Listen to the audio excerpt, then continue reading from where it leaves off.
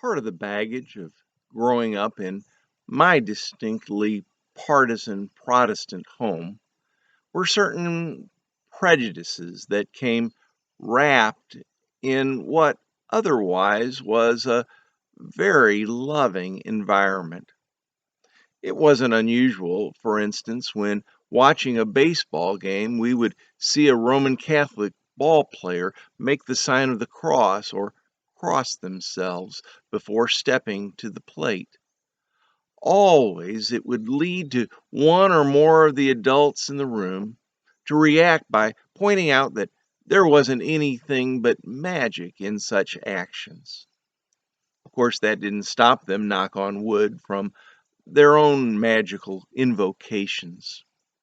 For my part, I doubt that they ever knew that knocking on wood was a superstition that very well may have arisen during the Middle Ages when hucksters were selling supposed pieces of the cross, and to knock on wood meant that the knocker was in touch with the genuine article, a real relic of the cross, and so have at their disposal its power. At least that's one theory. Throughout history, persons of faith have invoked various means and magic to ward themselves against evil. We want to know that we're protected. What is clear is that evil exists. In the book of Revelation, the expression of that greatest of evil is often centered in one verse from chapter 13, verse 18. This calls for wisdom. Let anyone with understanding calculate the number of the beast, for it is the number of a person. Its number is 666. 666.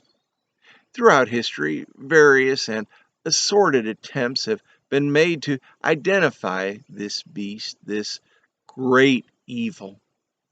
When Social Security came on the scene, people were convinced that that would mark them. Barcodes were another scary possibility for others. Still others want to make it about a politician. I can have sympathy for anyone who wants to say it's Hitler. I have less sympathy for those who said it was Jimmy Carter. I mean, you may not have liked his politics or his peanuts, but who can't appreciate his years of teaching Sunday school or his commitments to building houses for the poor?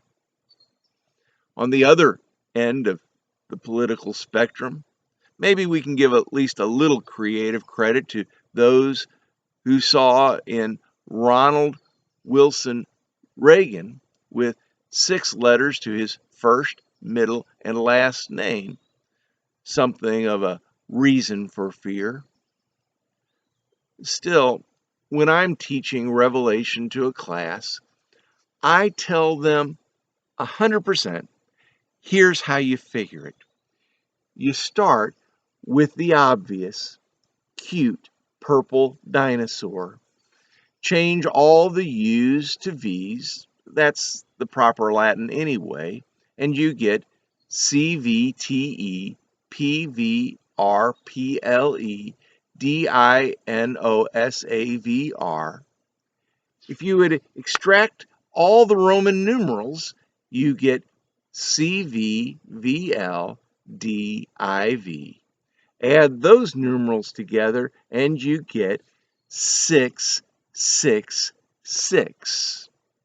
Proof positive that Barney the dinosaur is the beast of Revelation.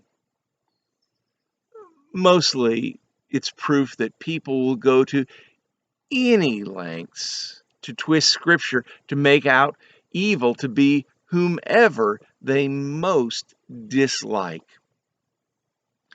In seriousness, I think, and most New Testament scholars are with me on this, that the author and first century readers of Revelation would have understood the 666 number to stand for the Roman Emperor Domitian. It was Domitian who was persecuting the Christians. What's so often missed in the reading of verse 18 is the heads up given us by the author. This is how verse 18 begins. This calls for wisdom. I'll say it again. This calls for wisdom. Indeed, it does.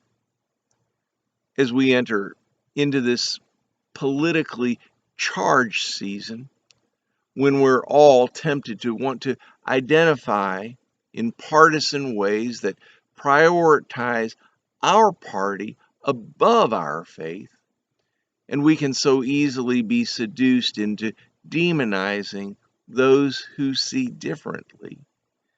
May we all be called to wisdom. And so I'll say it one more time. This calls for wisdom. And for the Barney fans out there, I love you. You love me. We're a happy family with a great big hug and a kiss from me to you. Won't you say you love me too? May your families be so blessed.